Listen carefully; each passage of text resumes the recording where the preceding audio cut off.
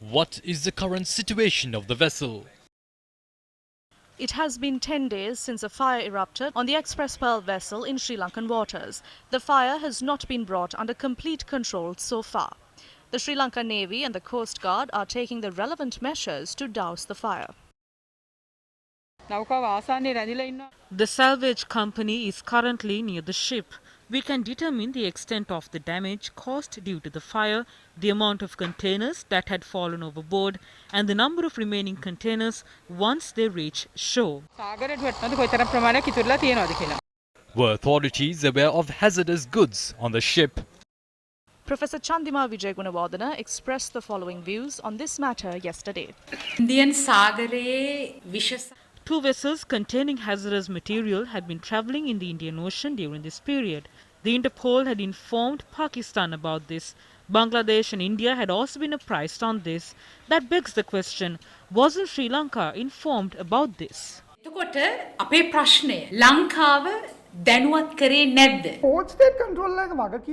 In the case of Sri Lanka, it is the responsibility of port state control to ensure that vessels enter and leave Sri Lanka in a secure manner. There are port state controllers who shoulder the responsibilities. All main ports in the Indian Ocean region fall under their purview. Sri Lanka is part of an MOU concerning the Indian Ocean. India is also a signatory party. According to this Memorandum of Understanding, if a port cannot assist a vessel, then it is the responsibility of that port to notify the next port about it.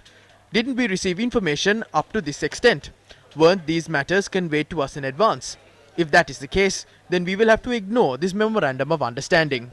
Indian Ocean එකේ අවබෝධතා ගිවිසුම එහෙනම් අපි කුණුකුල්ලට දාන්න අවශ්‍ය වෙනවා. The harbour master of the Colombo port expressed these views during a media briefing on the 28th of this month. This particular leak was not a very dangerous situation because it was reported at that time, and little after a fire was reported, then it became dangerous. In the same condition, the ship has gone to Port Hamad as well as Port Hazira and worked. The hold was not sealed due to some leakage. So whatever the CO2 which they sent in would have leaked out. That is why the fire in the hold was not extinguished. Actually, from outside with these fire tugs, we were able to direct the cooling water or the foam in a better situation, because if she was alongside, then we can attack only from one side. Don't the remarks of the harbour master imply there was prior knowledge about the hazard on board the vessel? What are the dangerous goods on board the vessel? The Express Pearl Incident Information Centre website, set up by Singapore's MTI network, which represents the operators of the vessel, shows that the vessel had been carrying 1,486 containers at the time of the fire. This included 25 tons of nitric acid, 297 tons of heavy fuel oil, and 81 dangerous goods containers. 9 classes of dangerous goods can be transported on a container vessel. Information that has come to light so far indicate that vessels had not been carrying radioactive material. Accordingly, this would mean that the vessel may have been transporting explosives, flammable products, corrosive material, and even toxic products.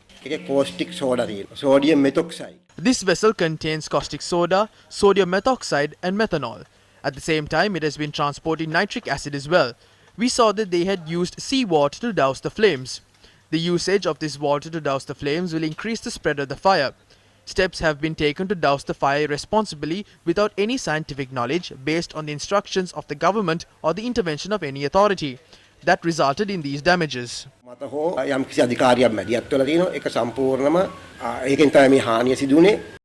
What are the views held by those responsible?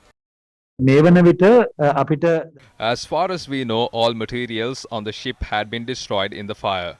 Although there are certain containers on the vessel, it seems that the goods have been destroyed. We don't know whether there are remaining items on the vessel. We feel that most of them have been destroyed by now.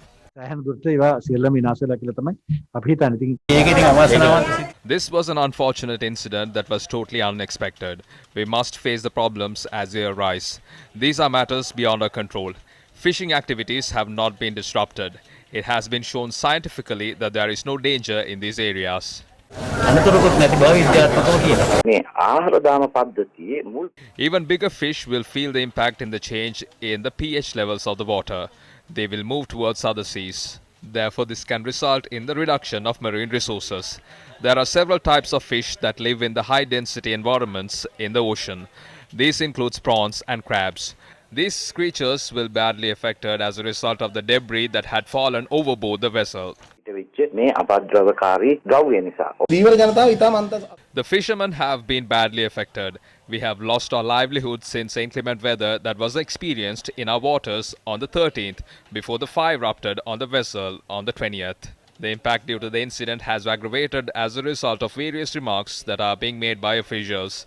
We don't know whether the water contains chemicals. Should tests be carried out into this, the government must conduct tests on this and then inform the people about this matter. කවුද දැන් පරීක්ෂණ පවත්වන්න ඕනේ අපිද ආණ්ඩුව පරීක්ෂණයක් පවත්වා ඉතා ඉක්මනින් මේ ජනතාවට දැනුම් දෙන්න ඕනේ. එහෙම කරලා නැහැ. ඒක අපේ මූද කියන අපි ලොකු Our ocean is our biggest resource. We benefit a great deal through this resource. Our children depend on this.